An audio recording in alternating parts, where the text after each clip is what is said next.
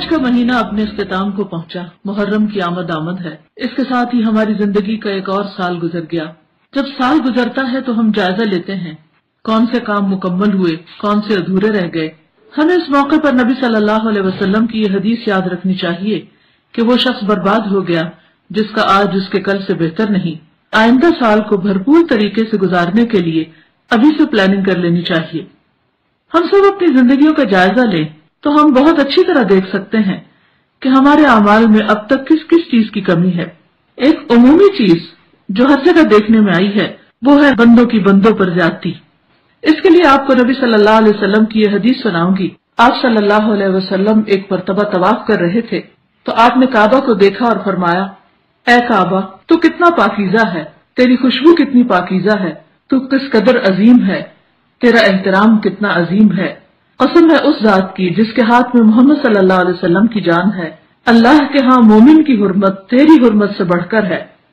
ایک اور روایت میں آتا ہے کہ آپ نے فرمایا کہ اللہ نے تیری ایک حرمت بیان کی ہے جبکہ مومن کی 3 حرمتیں ہیں، یعنی اس کا خون، اس کا مال اور اس کے بارے میں برا گمان بھی حرام ہے۔ ہم سب آئندہ کے لیے اس بات کا عہد کریں کہ ہم دوسروں کے بارے میں گمان اچھا رکھیں گے، ان کے ساتھ تعلقات کو بہتر بنائیں گے۔ نہ صرف یہ کہ گمان اچھا رکھیں گے بلکہ غیبت، چغلی، بہتان تراشی سے بھی بچیں گے۔ اور ہاں یاد رہے کہ 10 محرم کو روزہ رکھنا نہیں بھولنا، کیونکہ وہ 1 سال کے گناہوں کا کفارہ ہے۔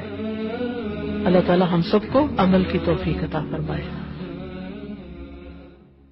دنیا کے اے مسافر، منزل تیری قبر ہے، منزل تیری قبر ہے، طے کر رہا ہے جو تو دن کا یہ سفر ہے، تو دن کا یہ سفر ہے۔ دنیا کے اے مسافر، منزل تیری قبر ہے، منزل تیری قبر ہے۔